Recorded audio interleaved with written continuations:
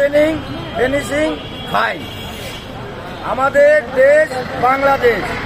এই বাংলাদেশে আমাদের সরকারি দল, বেসরকারি দল, শিক্ষে যাওয়া দল, তারা হচ্ছেন জামাত, আওয়ামী লীগ, বিএনপি, জাতীয় পার্টি, এনসিপি।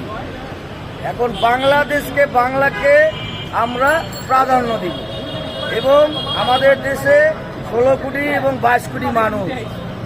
হ্যাঁ, এবং এই জাতীয় নির্বাচনে কেন্দ্র করে এই মানুষগুলো কর্ম করে, সংসার করে, ইবাদত করে, দায়িত্ব পালন করে আমার আল্লাহ এবং মাই আল্লাহ আলটিমেট অলমাইটি সর্বশক্তিমানকে আমরা সন্তুষ্ট করি, প্রাধান্য করি।